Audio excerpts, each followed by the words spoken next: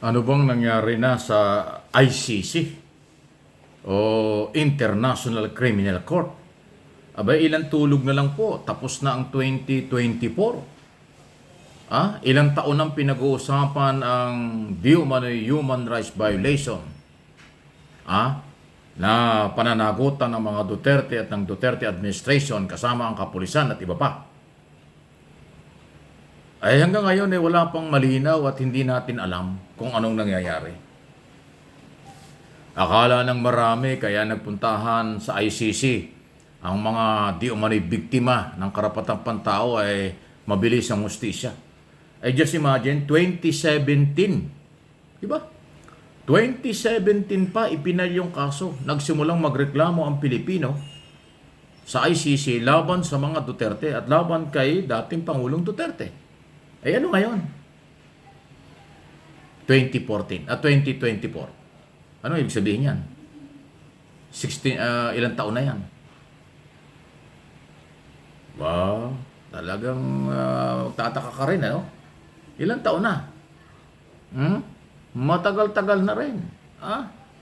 Natapos yung term ng dating Pangulo noong 2022, walang nangyari.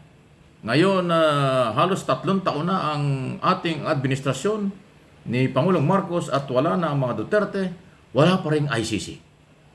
Nakakita. Sila ba'y nakapag-imbestiga na? Sila ba'y naniniwala sa complainant ng mga Pilipino? O nagiging propaganda lang ng ibang sektor ang mga kaso sa ICC at ang galaw ng ICC? Kasi hindi natin nararamdaman sa ngayon. Pasintabi na. Mawalang galang na po sa mga naniniwala sa ICC. Mawalang galang na po sa mga biktima ng human rights violation na dumulog sa ICC. At yung kampo ni Trillanes at iba pa, Dilima at iba pa na naging testigo at nag-file ng kaso. Anong nangyari? Bakit parang monthly, quarterly, meron kayo sinasabing update na ito na, gagalaw na, ito gumalaw na. Pero nung matatapos na ang taon, wala pa rin nakikita at naramdaman ng mga Pilipino kung umuusad ba ang kaso, kung may pag-asa ba ang mga biktima, tama bang sa ICC sila nagpunta o dapat nagtiyaga na lang sila sa kasimbagal din at mas mabagal pa ng hustisya o justice system dito sa ating bansa. Ayan, kaya ako natin napapag-usapan ito kasi alam nyo, ang bilis ng panahon Baka mabaon sa limot, baka mabaliwala ang lahat ng ito. Ay hindi man natin pwedeng ibaliwala yung mga umiiyak na pamilya. Kung yung mga gunita doon sa Human Rights Committee at yung Quadcom hearing sa Kongreso, nakapila doon ang mga pamilyang biktima na hindi nga maisalang lahat. Minsan 3, 4 lang na isasalang na biktima pero napakaraming biktimang nakapila doon sa compound ng Kongreso tuwing mayroong Quadcom hearing. Lahat sila gustong magsalita. Lahat sila gustong tumestigo na sila'y biktima at ang kailang pamilya ng human rights violation. Ay kung ating hihintayin na itong pag-i-evaluate, recommendation at pag-aaral ng NBI at Department of Justice, marami pang taon ang aasahan natin bago magkaroon talaga ng katarungan kung ano. Ngayon, sabi nila International Criminal Court, baka daw mas mabilis, baka daw magiging neutral, baka daw magkaroon ng hustisya. Ay pero sa kasalukuyang sitwasyon, parang hindi rin O ilang taon na ba yan? 2018, 19, 20, 21, 22, 23, 24, 7 years na. 7 taon na yung kaso. Until now ay hindi natin alam kung nakapag-imbestiga na. Kung meron namang pananagutan at dapat gawin, wala naman tayong nakitang black and white arrest warrant. At wala rin naman tayong nakitang coordination na ginawa ng Interpol at ng ICC sa Interpol sa Manila.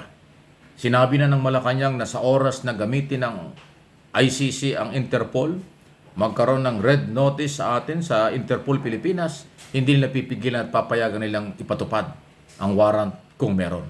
Pero matatapos na ang taon, wala pa rin. Walang red notice, wala hong nakitang warrant of arrest, wala naman hong galawan sa ngayon. So, ibig sabihin, 7 taon na, 7 Pasko na, hindi pa nabibigyan ng hustisya ang mga Pilipino. Akala natin Dito lang sa Pilipinas, mahirap, matagal maghanap ng hustisya. Pati pala sa ICC, ganon din. Ang taas ng expectation sa ICC. Ang taas ng paniniwala, pero wala rin pala. So, hindi ito pangangantsaw. Pagsasabi lang ng totoo. Real talk nga kung tawagin natin. Wala talaga eh. Kayo, meron na ba kayo nakita na member o kinatawan ng ICC na nag-imbestiga na rito in public? Sa pulis at sa mga Duterte at sa mga biktima? Kung patago, hindi natin alam kung ano nangyari. O pagkatapos na sinasabing may warrant of arrest, wala naman tayong nakita. Nagtatanong lang tayo. Siguro naman enough na yung 7 years. Sa 7 taon, dapat mayroong development. Kung dinismiss yung kaso, dapat dinismiss na lang kung walang patunay o walang matibay. O itinuloy ang kaso, dapat may resulta kung ano ang nangyari sa kaso. Wala eh. Nanghuhula tayo. Actually, parang napagod na rin yung mga abogadong naniniwala sa ICC at mga complainant katulad ni Dilima at saka ni Trillanes. Halos wala na tayong marinig sa kanila sa ICC. Dahil si Trillanes, mula pa nung nagsabi nun, June, may warrant of arrest daw. July, may warrant of arrest daw. Bago daw magpasko, makakaroon ng warrant of arrest. Ito, tapos na eh. Ilang tulog na lang, bagong taon na, wala pa rin.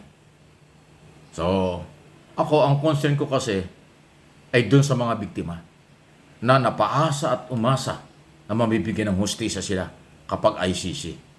Pero bakit nga ngayon wala? Kung ating aasahan ng ating korte rito, ngayon pa lang mag-iimbestiga ka, kare-recommenda pa lang. Recommendation lang naman ang power ng Congress. Quadcom hearing. At i-evaluate pa lang ng NBI at ng Justice Department kung ano ang sapat na basihan para i-file ang kaso. Sumahaba pa. So, baka another 5 years, another 7 years, bago umusad, bago makarating sa korte. Tapos pag nag-trial, another years, bago matapos ang trial.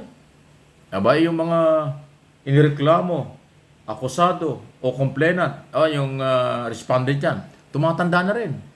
Baka bago magkaroon ng trial, mauna pa yung petition na pardon. Wala pang husgo, wala pang pagdedesisyon, may pardon na. Wala pang trial Baka hindi na qualified ipakulong kasi may edad na yung mga inaakusahan. Like former President Duterte na hindi naman talaga bumabata na, kung di ako nagkakamali.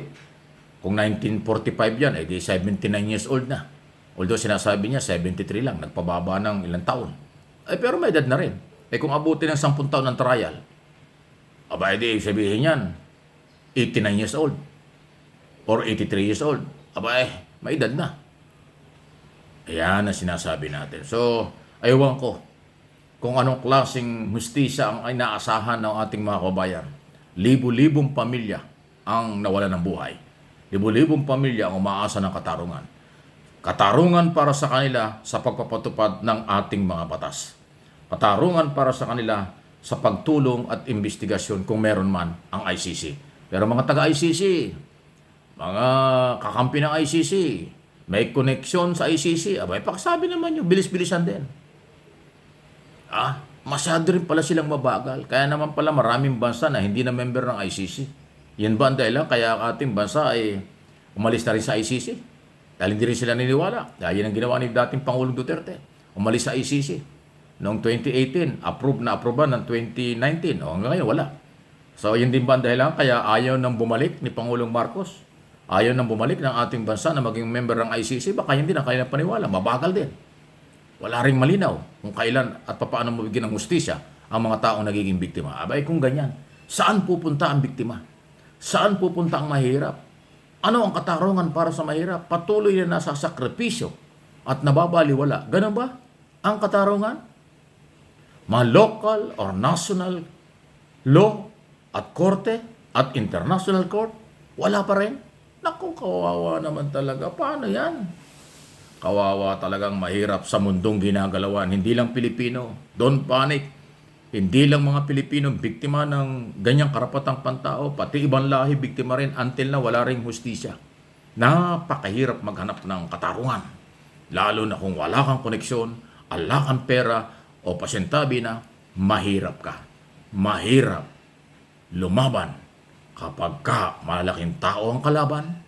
Ganun ba yun? Naku, ICC, gumalaw naman kayo. Magparandom kayo. Kaya ba nyo? Hindi. O takot ba kayo? O paano? Nasa ng hustisya. Please like, share, and subscribe. Mike Abe Opinions at yung isa pang channel natin, MA Pinoy TV.